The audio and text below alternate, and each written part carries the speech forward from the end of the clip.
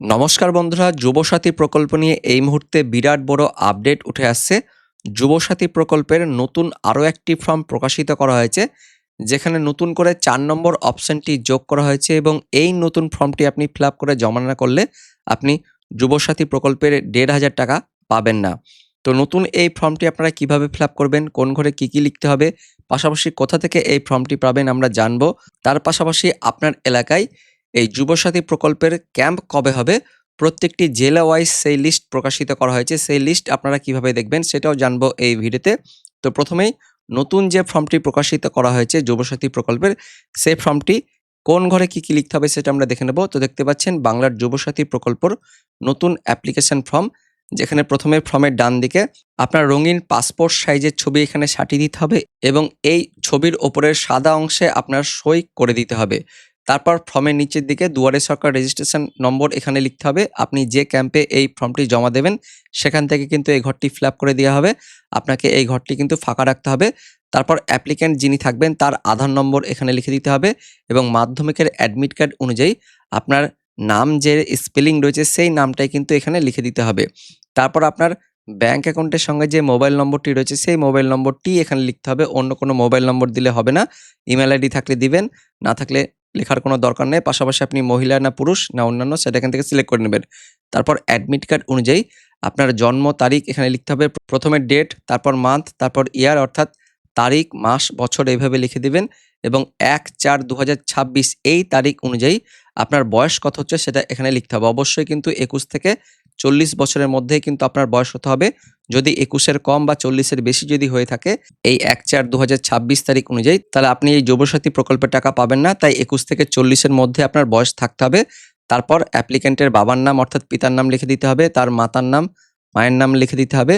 যদি অ্যাপ্লিক্যান্ট বিবাহিত যদি হয়ে থাকে বা বিবাহিতা যদি হয়ে থাকে, পুরুষ অ্যাপ্লিক্যান্ট হয়ে থাকলে তার স্ত্রীর নাম এই ঘরে লিখতে হবে, আর স্ত্রী অ্যাপ্লিক্যান্ট হয়ে থাকলে সেক্ষেত্রে তার স্বামীর নাম এই ঘরে লিখতে হবে। তারপর আপনার কাস্ট কি রয়েছে, জেনারেল ছাড়া যদি অন্য কোনো কাস্টের হয়ে থাকেন, এসসি বা এসটি বা ওবিসি, তাহলে কিন্তু আপনাকে এখানে টিক দিতে হবে। তারপর সেই সার্টিফিকেটের নম্বর কত রয়েছে সেই নম্বরটা কিন্তু এখানে লিখে দিতে হবে এবং আপনার ম্যারিটাল স্ট্যাটাস কি রয়েছে, অবিবাহিতা নাকি বিধবা নাকি বিবাহিতা, সেটা কিন্তু আপনাকে এখান থেকে সিলেক্ট করতে হবে।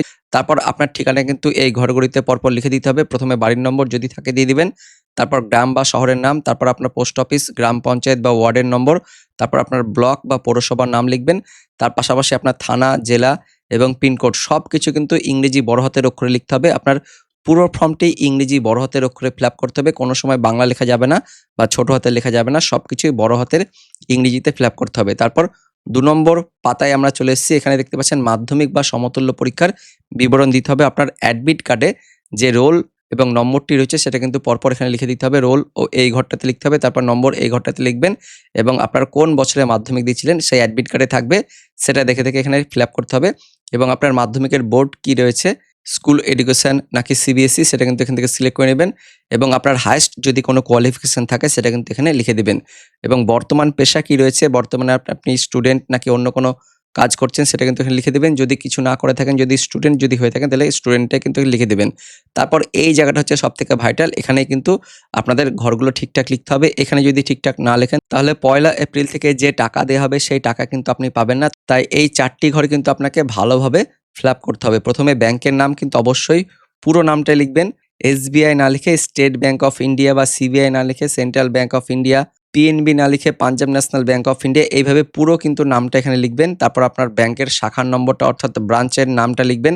ব্যাংক অ্যাকাউন্টের নম্বরটা অবশ্যই দেখে দেখে ভালো করে লিখবেন। তারপর ব্যাংকের আইএফএসসি কোড যেটা রয়েছে সেটা কিন্তু এখানে লিখে দেবেন।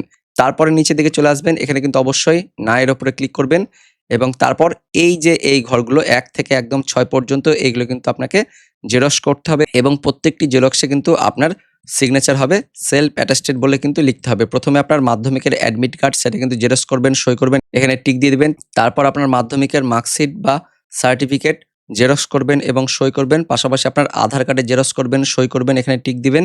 ভোটার কার্ডের জেরক্স করবেন, সই করবেন, এখানে টিক দিবেন এবং আপনার ব্যাংকের পাসবইয়ের ১ম পাতার কিন্তু জেরক্স করতে হবে। যদি ব্যাংকের পাসবইয়ের ১ম পাতা না থাকে তাহলে সেক্ষেত্রে বাতিল চেকও কিন্তু দিতে পারেন। তো সবথেকে ভালো সেটা হচ্ছে ব্যাংকের পাসবইয়ের ১ম পাতার জেরক্সটা এখানে দিয়ে দিবেন এবং এই ঘরগুলোতে কিন্তু অবশ্যই সবগুলো ঘরে কিন্তু টিক দিতে হবে। যারা জেনারেল তারা কিন্তু নিচের ঘরটা করবেন না, এই ঘরটা ফাঁকা রাখবেন। জেনারেল ছাড়া যদি এসসি, এসটি বা ওবিসি যদি হয়ে থাকেন কাস্টের, তাহলে নিচের ঘরটাকেও কিন্তু আপনারা টিক দিবেন এবং পাশাপাশি আপনাকে কিন্তু সেই কাস্ট সার্টিফিকেটের জেরক্স করে সই করতে হবে। তো এইভাবে এই ৬টা ঘর কিন্তু অবশ্যই ফিল আপ করতে হবে এবং অবশ্যই প্রত্যেকটা ঘরে কিন্তু টিক দিতে হবে এবং জেরক্সগুলোতে আপনার কিন্তু সই অবশ্যই থাকতে হবে। তবে কিন্তু আপনি এই ১,৫০০ টাকা করে পাবেন।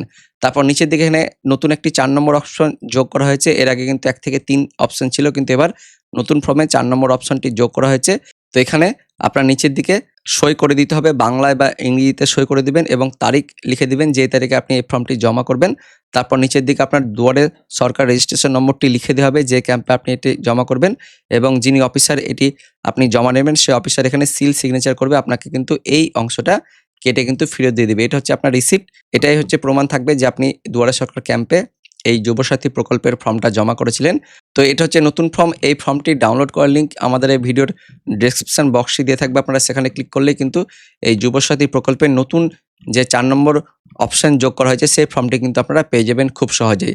তো এই ফর্মের সঙ্গে অবশ্যই কিন্তু আপনাদের ৫টা ডকুমেন্ট দিতে হচ্ছে, মাধ্যমিকের অ্যাডমিট কার্ড, মাধ্যমিকের সার্টিফিকেট এবং তার সঙ্গে মার্কশিট, তার পাশাপাশি আধার কার্ড, ভোটার কার্ড এবং ব্যাংকের পাসবই, এই ৫টা ডকুমেন্ট লাগছে। পাশাপাশি যারা এসসি, এসটি, ওবিসি সার্টিফিকেট রয়েছে তারা কিন্তু সেই সার্টিফিকেটের জেরক্স দিবেন। তো এই সমস্ত ডকুমেন্ট লাগছে। এবার এই ফর্মটি আপনাদের এলাকায় দেওয়া হবে ১৫ থেকে ২৬শে ফেব্রুয়ারির মধ্যে।